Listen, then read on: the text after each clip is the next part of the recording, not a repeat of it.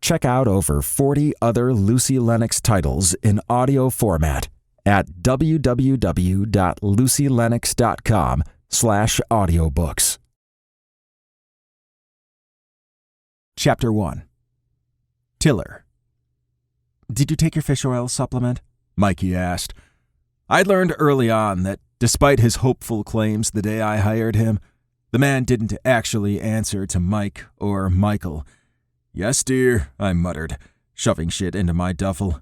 I was running late to practice, and for some reason, I couldn't get the bag to close. "Don't call me that.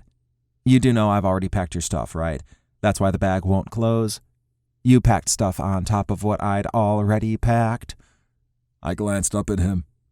Mikey stood leaning against the door jamb to my bedroom. He wore faded plaid pajama pants and an oversized Riggers t-shirt he'd most likely stolen from my ridiculously large stash if he hadn't gotten it from Coach. I remembered the first year he'd worked for me when we'd been diligent about ignoring each other for the most part. He hadn't come in my personal area of the house, and I hadn't gone anywhere near his garage apartment. But it didn't take me too long to realize he actually had come into my personal space, since he was the one who did the laundry. I hadn't intended for him to do the laundry. That fact needs to be clear. I'd hired a housekeeper to handle cleaning and laundry, but Mikey had quickly made the executive decision that the housekeeper needed to go. "She took pictures of your underwear and put them on Instagram," he told me when I'd finally noticed and confronted him about her disappearance. "So I fired her." "You can't fire her. She works for me," I'd said, stupidly. "Get her back." Okay, sure." I'd never seen her again. After yanking out the duplicate gear and tossing it onto the unmade bed, I zipped the bag closed and headed his way. "Anton, Peavy, and Colin are coming for dinner. That okay?" I passed by him and tried not to inhale.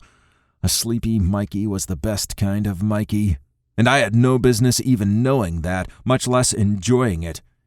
It had only taken a year and one crazy playoff season for Mikey to stop worrying about showing up perfectly pressed and dressed to prepare breakfast, and honestly, I'd been relieved. It was easier for me to think of him as a generous roommate who happened to fix me breakfast than an employee who dressed to impress. "Colin is not okay," he said as he followed me down the hall and into the kitchen. "He looks at me funny."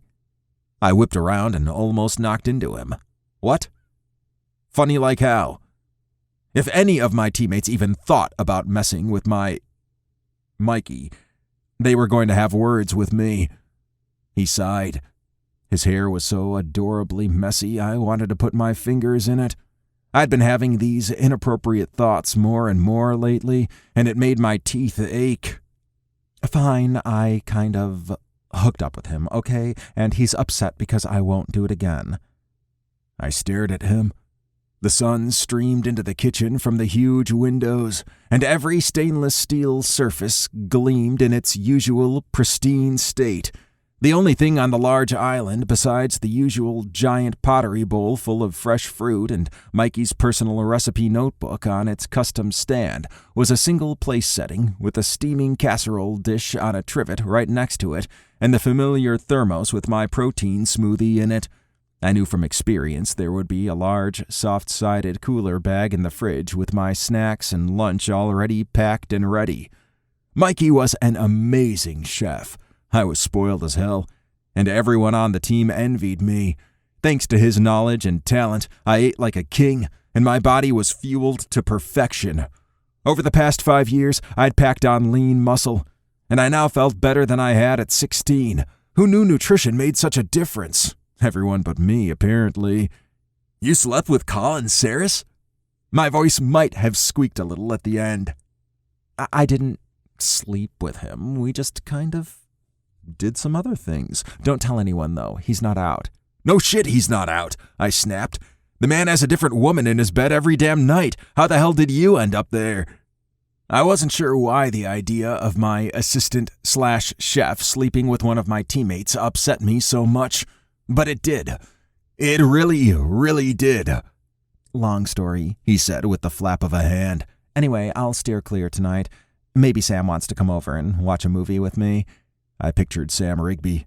Mikey's unlikely best friend from high school, the gruff motorcycle guy who I'd never really been able to pin down. Sam was gay or bi, so why hadn't the two of them gotten together?